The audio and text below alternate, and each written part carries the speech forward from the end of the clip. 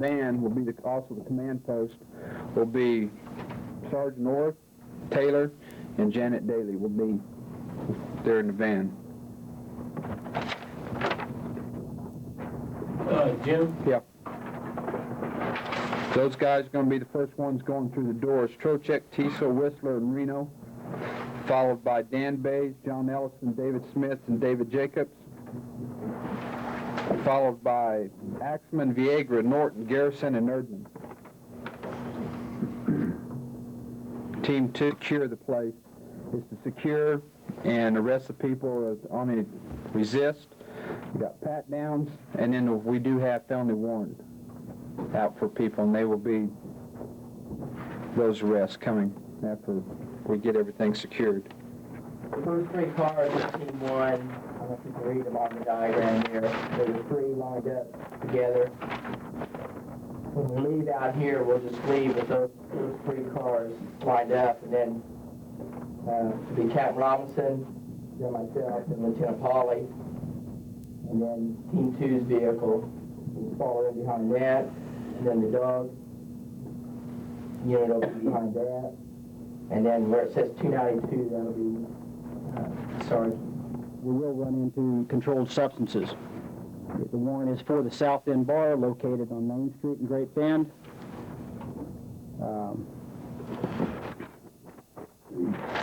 We'll be serving this on the bartender once we're inside and get reasonably established. So if all of our own people will copy down a case number that we'll be using for all of your paperwork in reference to this case. 7-6. Charges that we expect that we may run into, and the reason for so many of us up here, when you look at the onset of what we're doing, is a misdemeanor. In essence, that's what we're looking at. The people that we're dealing with expect to find, and some of the potential hazards of going into a situation like this calls for this kind of meeting, this kind of manpower. It's better to have as many cooperating people as we can have to really, hopefully, kind of overwhelm them with both organization and manpower to minimize risk. Hopefully they'll see that, hey, you know, this is not a good thing to be getting involved in. Let's just try to get out when we can. And as soon as they're funneled out there, that'd be the end of them. Obviously, we're looking for the violations that's going to constitute what we're there for. The operating an open tavern is an example. We may also be running into a few juveniles in there, as what's above everything else that happens tonight is the safety of absolutely everybody. That is us, and that's them. The reason we're going in like we are and prepared like we are is to minimize those risks of situations that might get any one of us or any one of them hurt. It is very possible, in fact even likely, we will be running into persons in there carrying concealed weapons, both in form of firearms as well as knives and bludgeons or whatever. So that's why the pat-down of every individual that's in that place is so that when we get in there and start getting organized and secure in there, that during the time we're working in there, we remain secure by having this pat-down for weapons and act accordingly to those that are found. And put everything in that plastic bag given to you, along with their identification. They will get a receipt for that property which is removed from them later through the night. As we have time to make out receipts later on, we'll deliver receipts to them at the jail. That is probably the most effective way that we've been able to come up with in handling all that evidence. Put it sealed up in some manner. If we need to, we'll have sacks too. We can put it in a sack when we get that far. But keep in mind, that pat-down is for weapons. Once that weapon is found, should you find one, that person is then under arrest for carrying a concealed weapon or possession of an unlawful weapon with time to confirm what the suspected material might be, or at least get enough probable cause that we can add that charge to it as well, and they will be booked on those charges. The minor, if you run across the small heat-sealed packet like most of us have seen around here now working the methamphetamine around here that's pretty prominent, if you run onto that again, let me know. those gray areas that you might have come across those, let me know at the time. We'll take it as evidence. If we have time to go ahead and follow up with that person right then, we will, and we'll carry forth an arrest. If time does not permit, conditions does not permit, the safety of the situation does not permit, we'll document where we got it from. We'll draw charges on those individuals later and get them with an arrest warrant. The primary objective to all this is by the end of the night that we've conducted what we came here to do and none of us get hurt through this thing. If we need to shortcut that a little bit to alleviate backlog and all of us with more than we can handle, then we will, and some people may walk on some of this with minor possession or something, so be it. If we'll handle whatever. As they go through with your assignments, where you're to be stationed at inside that building, our understanding is from John just a little bit ago, we could be looking at well over 100 people already crowded inside this building. We may have a real hard task just getting to our positions inside this building. And if we're finding ourselves in a lot of difficulty in doing that, then we may have to order a lot of people out just before we can even get in there and move around. We don't know yet what we're going to run into. We'll have to evaluate some of this at the door. But for the most part, we've got it as planned out as we can plan it out under these conditions. And hopefully through manpower and planning, we will have inside the building. If it's not from gunfire, then somebody get a hold of somebody else. We'll try to bring other officers in to come to that officer's aid and get him out of there. If it becomes necessary and that situation gets out of our control, if necessary, we will back out of that situation and we'll gas it. And that's where it's going to be. If we have an officer down due to gunfire, the first priority is to get that officer out of that place. And we've discussed this in some detail.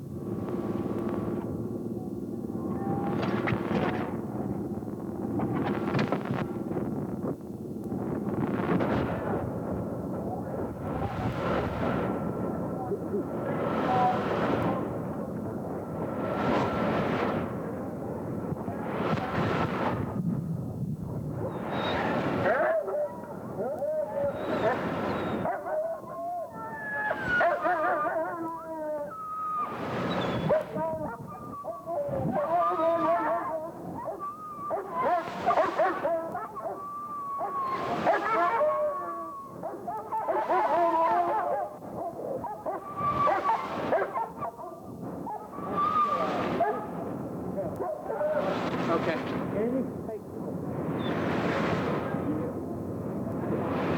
Baker?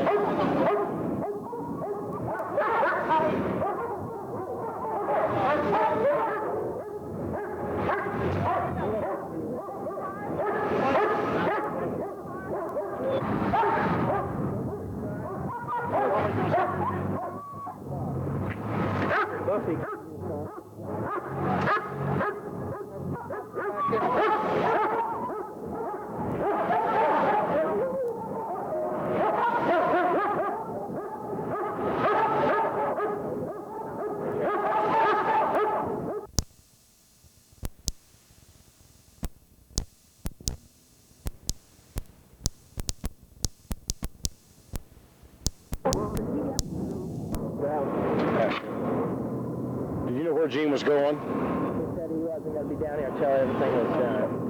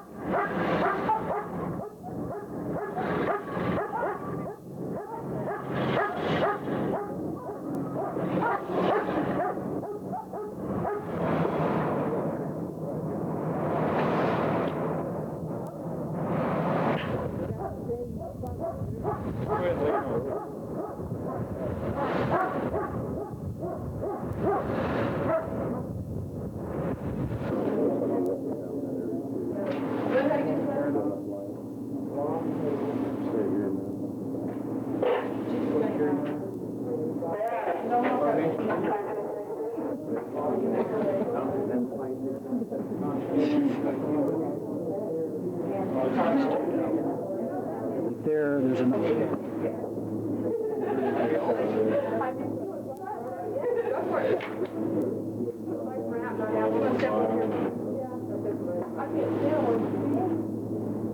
Can you lean up against the table?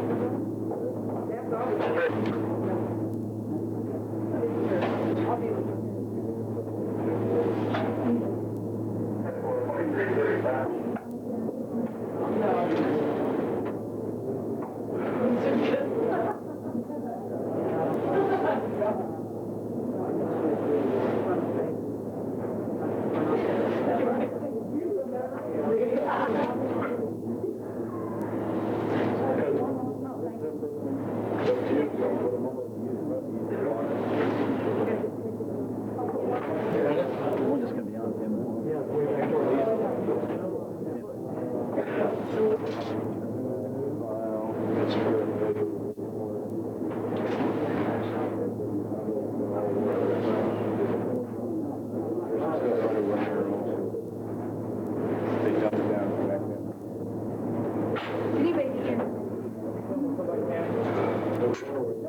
Make sure you know where everything's at before you get into the photograph.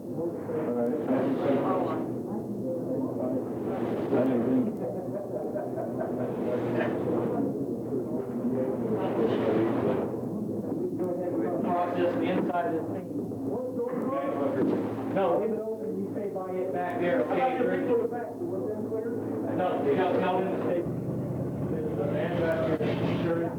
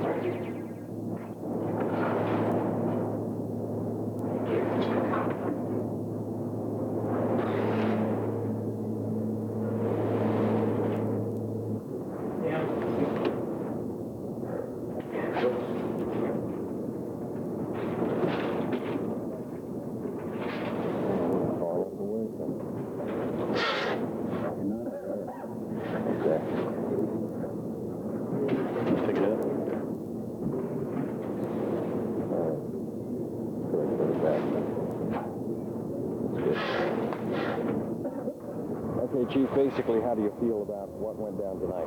I feel it went down real well. We're very pleased that we were able to execute the warrant. We didn't get anybody hurt. We didn't get any of my officers hurt. There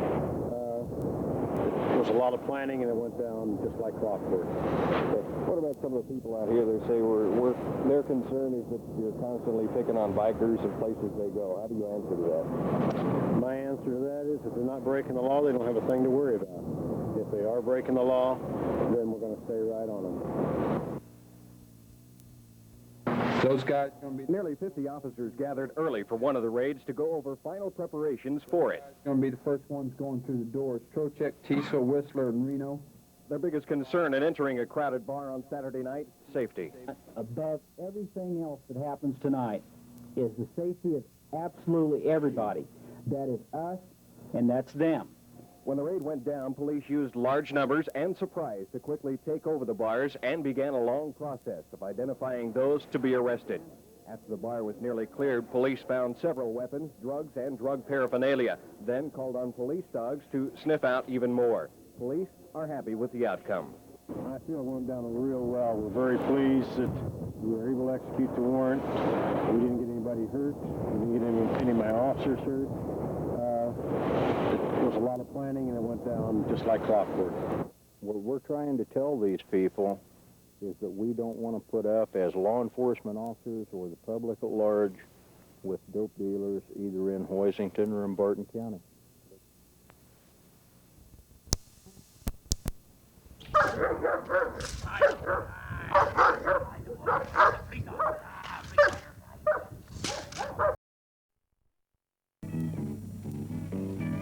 Lead tracking dog.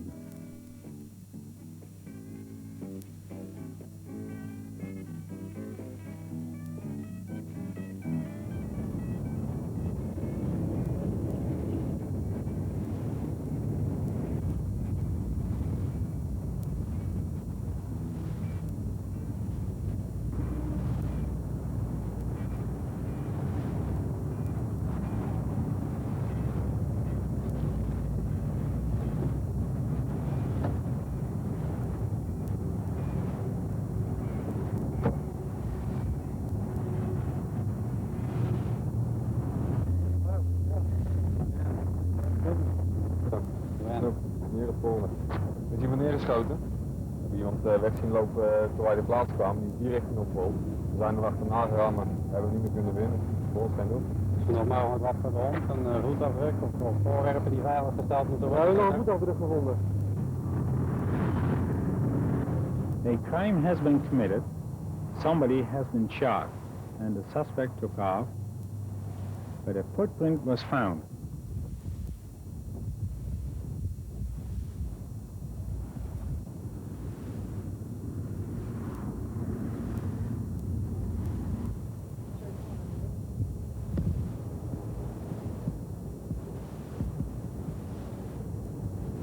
When a footprint is found at a crime scene, it is possible to pick up a scent left behind by a suspect, therefore making it possible to track him down.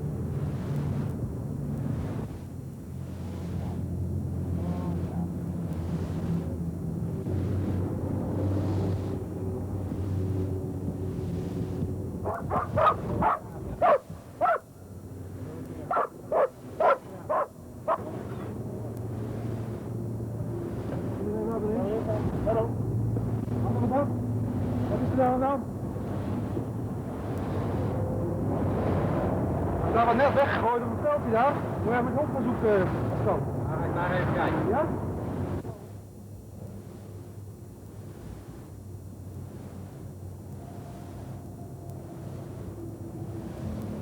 When searching for evidence, and when found, it is important that the dog doesn't touch it.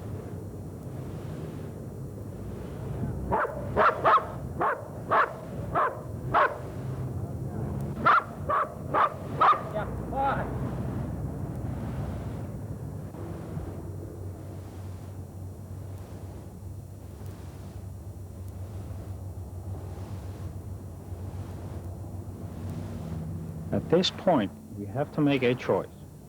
Should the evidence, in this case a pistol, be kept so that the scent can be preserved, or should it be taken to a forensic laboratory? In this case, we keep the pistol so that the scent can be preserved. The suspect has been arrested. He denies his involvement in the crime.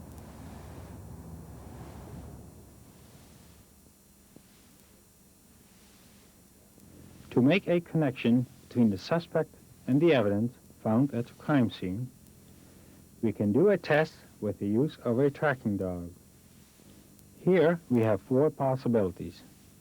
Number 1, selecting of people. Number 2, selecting behind a screen. Number 3, selecting of small stainless steel pipes. Number 4, odor samples collected at a crime scene.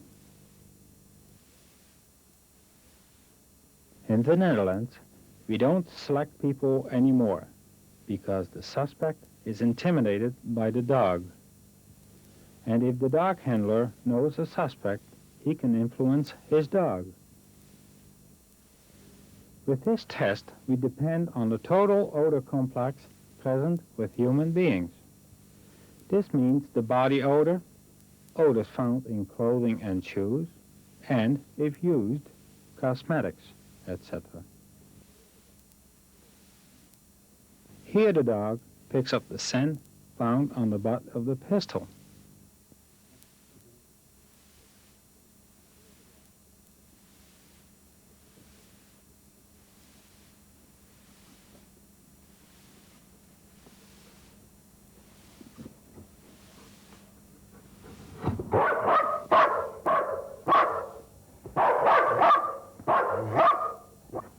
Here the dog indicates that there is a connection between the scent found on the butt of the pistol and the odor of the suspect. This test is repeated twice. Each time the people participating in the lineup, along with the suspect, change places. Between each test, no rewards are given to the dog.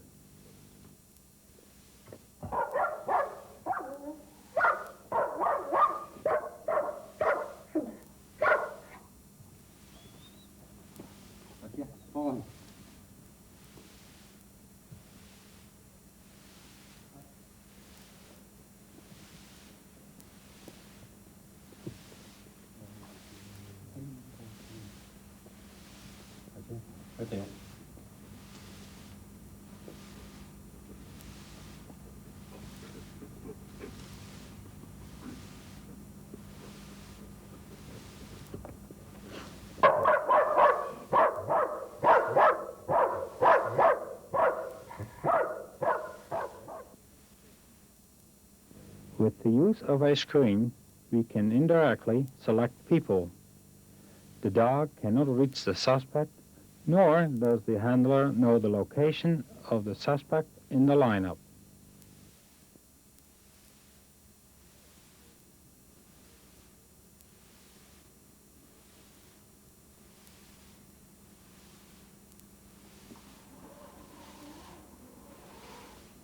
Like selecting of people without a screen, here we work with the total odor complex of human beings.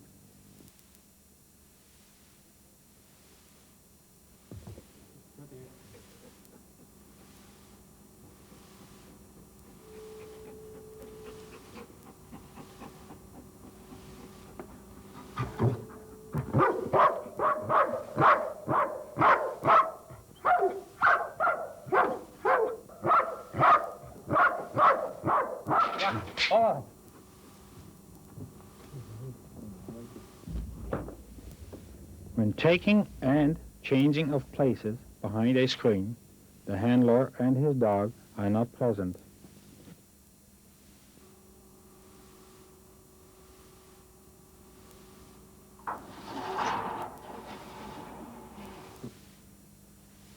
This test is also repeated twice.